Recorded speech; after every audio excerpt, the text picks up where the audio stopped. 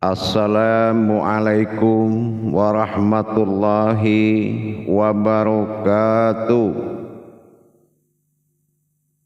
Alhamdulillahi rabbil alamin.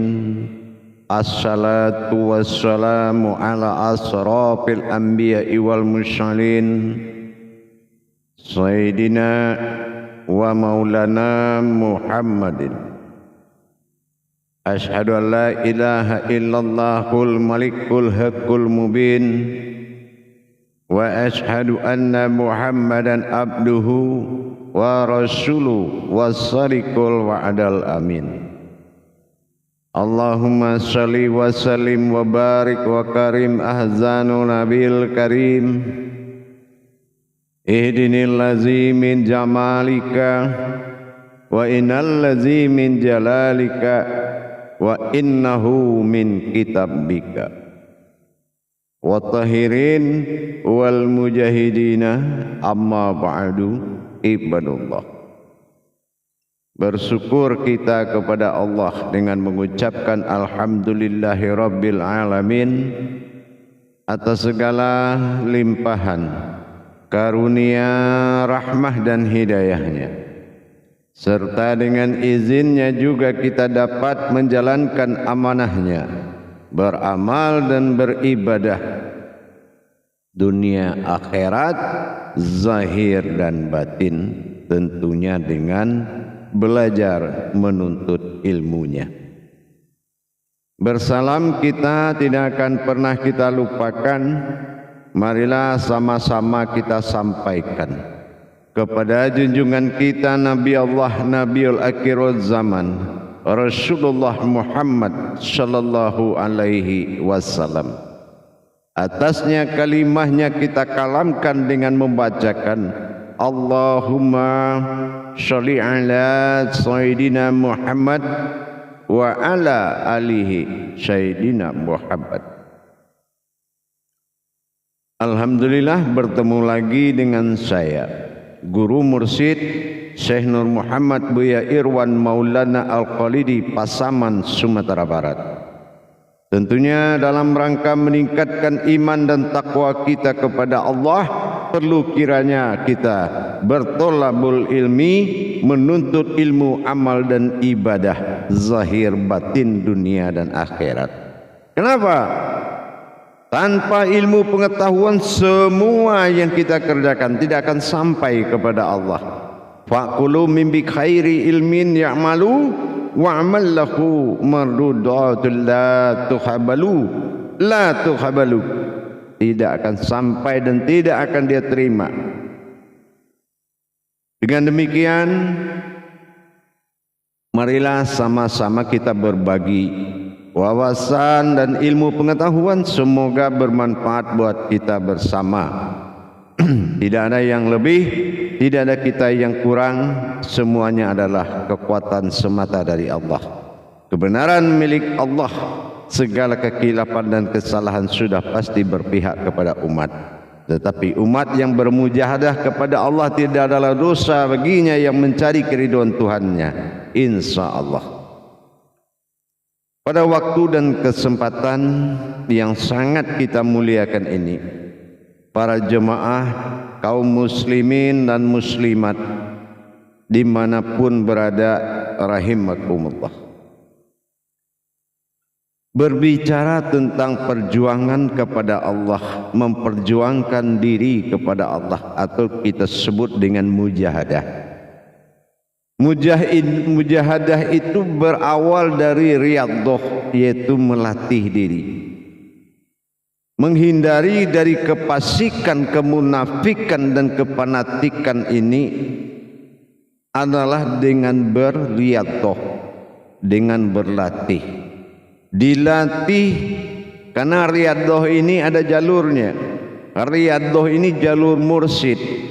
Jadi kalau guru kita tidak mursyid, kita tidak boleh berriyadhah atau latihan atau melatih, karena itu akan dilihat seperti mempermainkan.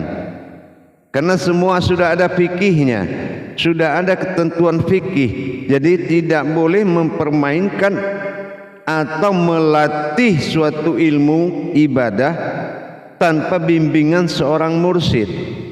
Ini sering kita temui. Kadang-kala tidak penting gurunya siapa, yang penting ilmunya dapat dan dia coba sendiri dalam keabitannya.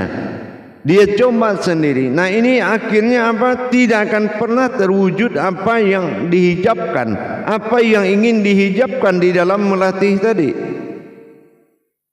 Kenapa?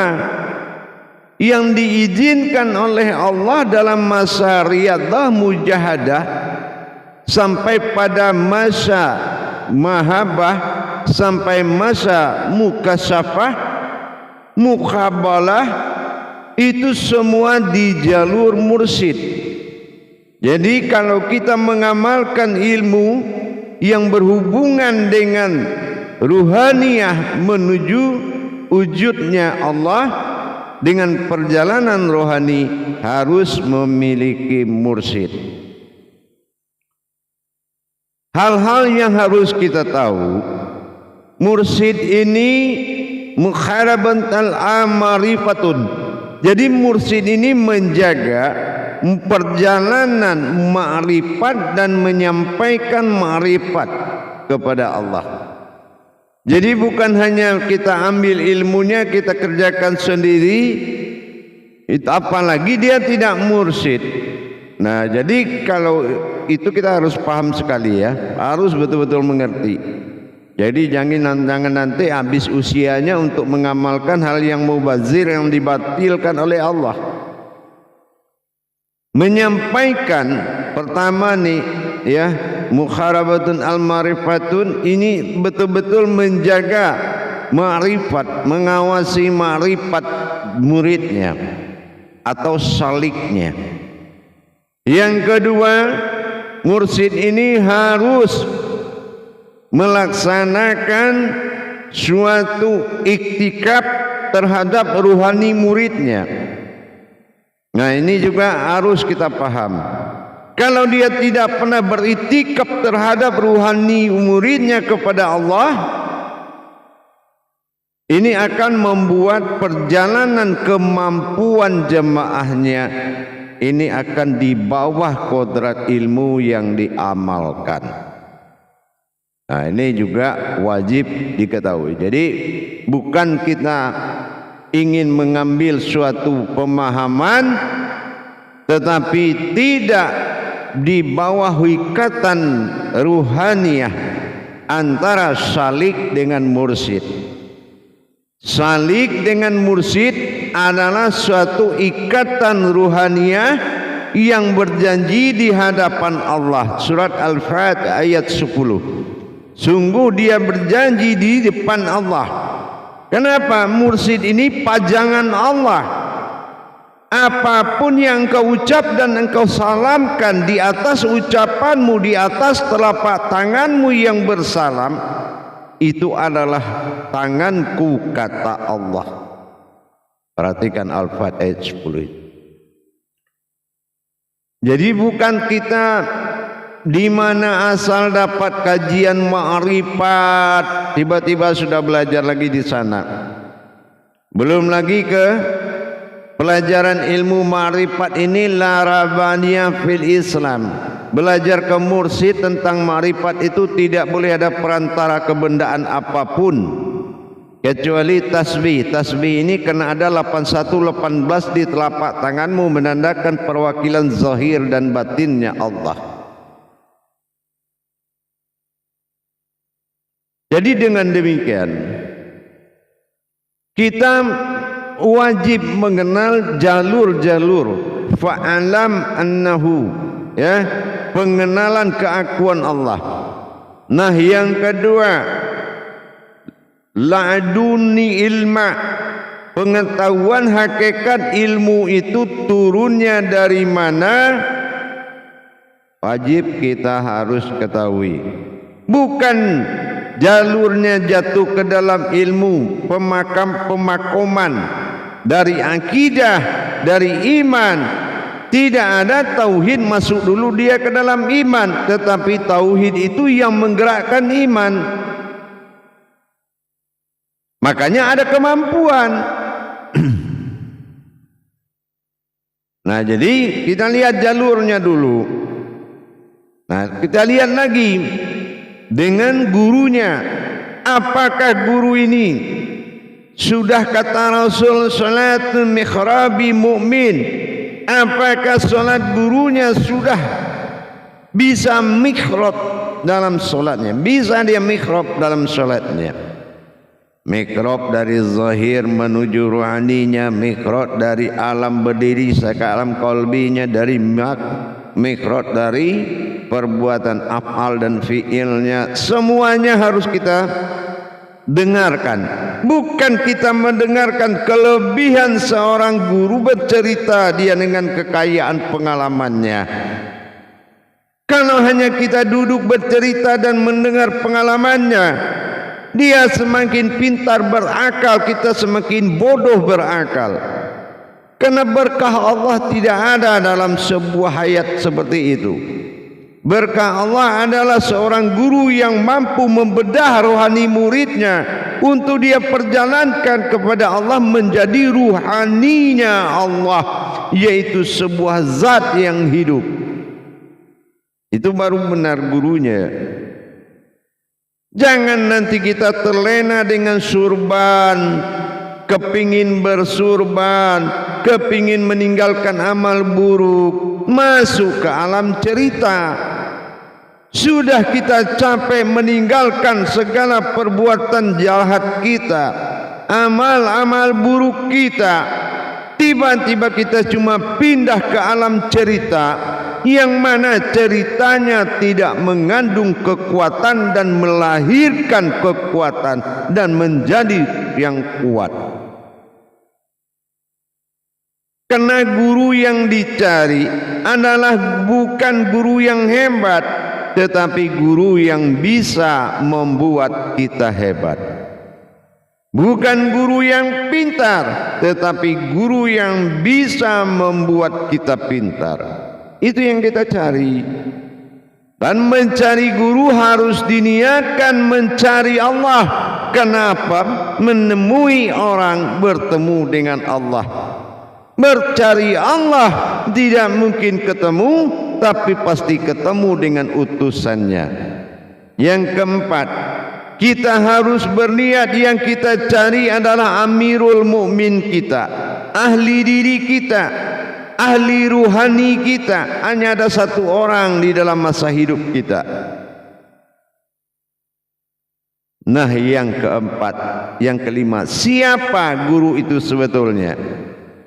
Bagaimana kita berniat ke guru itu? Guru itu secara amaliyah saja, dia orang tua ketiga. Yang pertama orang tua kodrat, Adam, Nabi Adam alaihissalam. Yang kedua adalah orang tua amanah, inilah bapak Abaina yang di rumah. Yang ketiga orang tua ruhani, inilah Abu Nayya, itu orang tua rohani. Nah itu, jadi itu yang dikatakan Amirul Mukmin. Ya, itu yang kita katakan dengan Amirul Mukmin. Jadi jamaah para hadirin dan hadirat, kaum muslimin dan muslimat, Islam bukan agama sembahan. Saya sudah ingatkan berapa kali, Islam adalah perjalanan diri seseorang kepada Allah, disebut dengan din. Din berasal dari kalimat huruf hijaiyah, berasal dari hijaiyah atau huruf dal, alif, nun. Dal itu memperjalankan, alif itu adalah rahasia, nun itu adalah hayat atau batin. Ini adalah perjalanan rahasia batinnya Allah. Inilah yang dikatakan dengan an. An itu adalah diri kita, am yang terlihat adalah ruhaniyahnya Allah. Ruhani dikatakan kodratnya. Ya, ruhani itu kan adalah sebuah wujud zat yang hidup. Ya, dasar kasrohi itu ada. Jadi di situ kita mengatakan itu ruhani. Ruhani ini dikatakan kepada wujud zat tubuhnya. Muhammad awal mula jadi disebut dengan Muhammad Khadim Az-Zali. Nah, inilah wujud yang dipanggil Muhammad Khadim Az-Zali. Jadi dengan demikian kita harus benar-benar melihat, jangan kita masuk dulu baru kita melihat, tapi belajarlah dan rasakan pelajaran ini memang untuk kita atau belum merasakan untuk kita. Inilah prasangka tadi. Prasangka yang dimaksud oleh Allah, aku dalam prasangka umatku itu adalah kedudukan. Apa kedudukan kaji yang didengar itu? Apa kedudukannya menjadi rasa, kedudukan menjadi pandangan, kedudukan menjadi kodrat, dan macam-macam. Dan keabsahannya dan halalnya untuk diamalkan rahasia Allah itu wajib. Itu baiat, pengesahan batin namanya. Ba itu bara'ah, bakah batin. Al itu adalah perbuatan ruhanianya. Jadi ain itu adalah pensaksian. Allah ingin menyaksikan keabsahan batinnya dulu untuk mengamalkan, yaitu diri kita. Gitu. Jadi kita harus kembali mencari wala zidna jahadu fitna lahadihum subulana. Bersungguh-sungguhlah engkau di jalanku, maka ku akan memperlihatkan kepadamu. Ankabut 69. Jadi disinilah kita benar-benar sungguh-sungguh yang dimaksudnya itu ada sidik, ada kebenarannya. Lihat dulu kebenarannya, rasakan dulu bagaimana diri kita butuh apa tidak, fatonahnya. Yang ketiga, lihat amanah.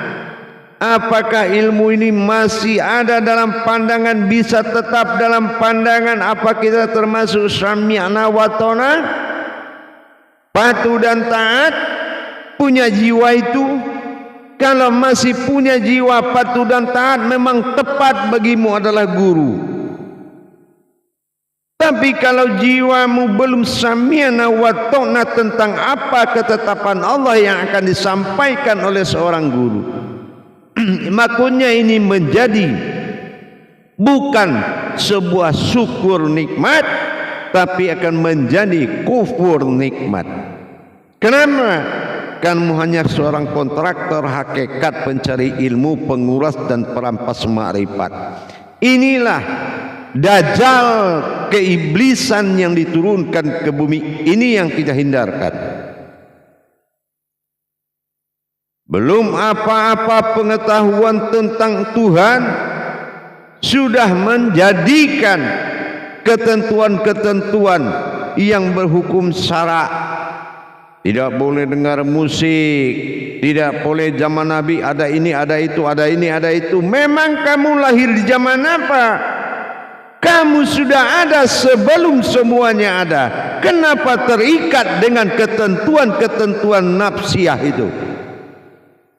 Kita harus benar-benar tataan terhadap nafsu jangan menjadi tataan diri. Tataan diri itu adalah Allah, bukan tataan nafsu itu. Tataan nafsu bukan untuk diri, tetapi untuk nafsu itu sendiri. Itu yang dikatakan mutmainah tadi.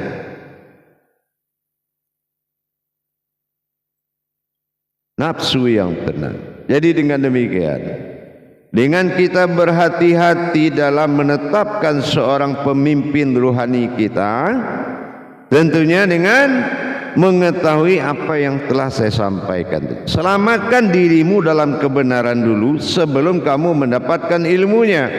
Itu jamaah, itu hadirin hadirat. Saya duduk bermakom dalam wahyu Allah untuk menyampaikan, dan ini bukan penemuan hati saya, tetapi petunjuk ke dalam hati. Jadi inilah sudah berapa persen perkembangan dan perjalanan ruhanimu menuju Tuhanmu. Sudahkah dikatakan perjalanan ini di depan ke belakang atau di samping kiri kanan? Apakah itu yang dimaksud perjalanan? Tidak. Satu contoh. Memperjalankan suatu hal yang paling penting, peningkatan pandanganmu. Sudahkah ada kemampuan yang kamu dapatkan di dalam melihat sebuah ayat? Ayat dilebur jadi kauli, kauli lebur jadi munajat, munajat lebur jadi ma'rifat, ma'rifat lebur menjadi kauni, kauni suara ada terdengar tapi tak terlihat, tapi terasa berbunyi. Sudahkah pernah kamu mendengar suatu bunyi yang bernama suara? Atau kamu hanya mendengarkan suara ini? Apakah suara ini yang dikatakan kauni?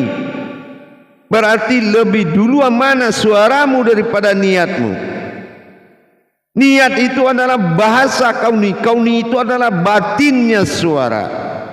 Pernahkah kamu berbicara kepada Allah dengan batin, suara batinmu? Nah, seperti itu. Nah, ini namanya memperjalankan.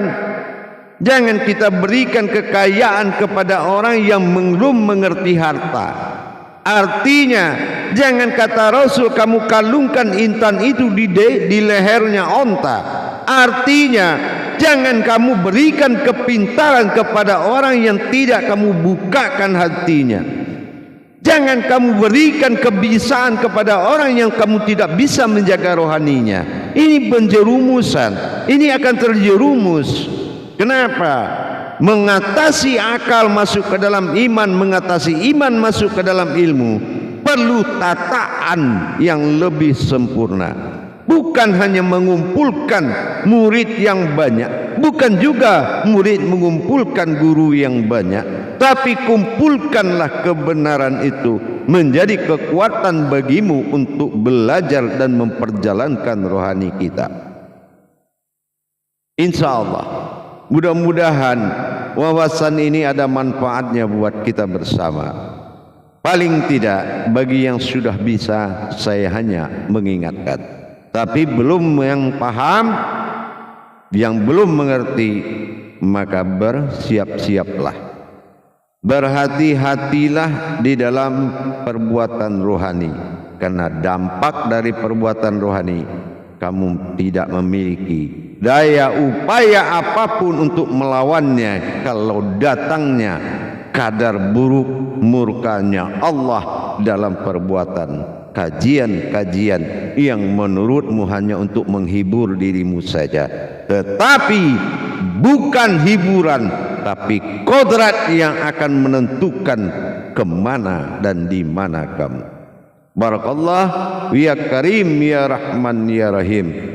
Bagi jamaah para hadirin dimanapun berada yang ingin mendapatkan tuntunan, silakan menghubungi nomor telepon yang ada di layar deskripsi Buya YouTube Buya Pasaman Timur, atau menghubungi nomor saya langsung 0813 98, ingat 0813 9388 7904. Langsung dengan saya.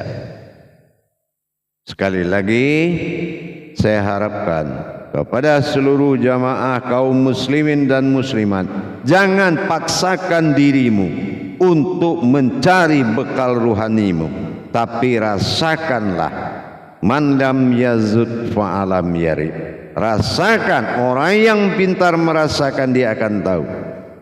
Ya, jadi hubungi nomor saya 081398337904. Kita akan sama-sama belajar. Barakallahu ya Karim ya Rahman ya Rahim. Akhirul kalam. Wabillahi taufiq wal hidayah. Wassalamualaikum warahmatullahi wabarakatuh.